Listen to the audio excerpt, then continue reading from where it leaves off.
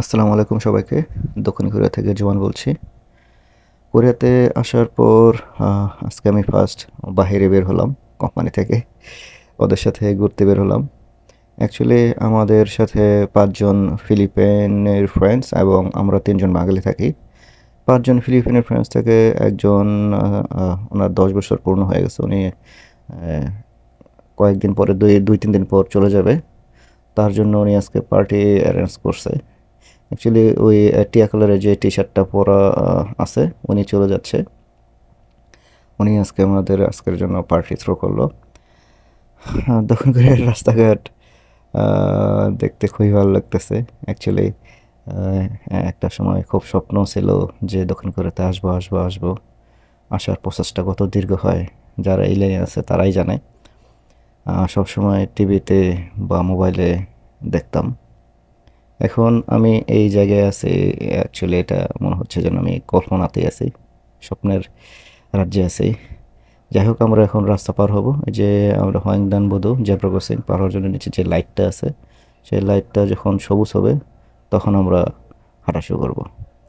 আমরা পার হচ্ছি। অ্যাকচুয়ালি কিছু অল ফ্রেন্ডস ওই ডান দিকে, কিছু বাম দিকে যাওয়ার জন্য বলতেছে। এখন আমি কোন দিকে যাবো বুঝতেছি না। তারপর দেখা যায় সবাই রোডটা পার হয়ে ওপারে গেলাম। আমরা কোন রেস্টুরেন্টে বসবো বা কি খাবো এটা ডিসাইড করতেছি কি করা যায়।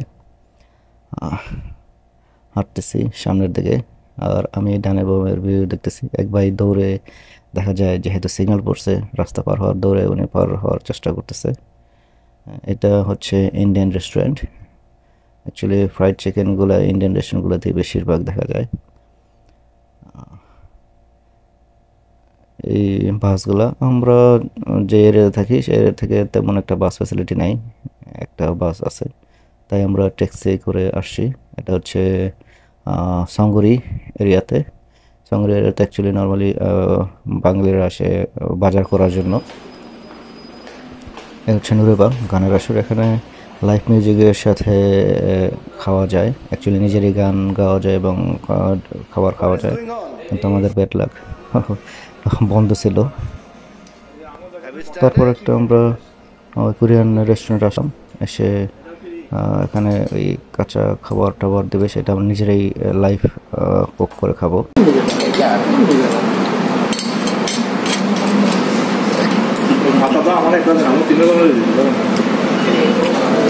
আরে খান একলাই রান্না করে খাওয়ার জন্য। অ্যাকচুয়ালি এতক্ষণ যা দেখলেন এটা হচ্ছে খাবার রান্না করার যে উপকরণগুলো সেগুলো দিয়ে গেছে ওয়েটার। এটা আমরা সরাসরি রান্না করে খাবো।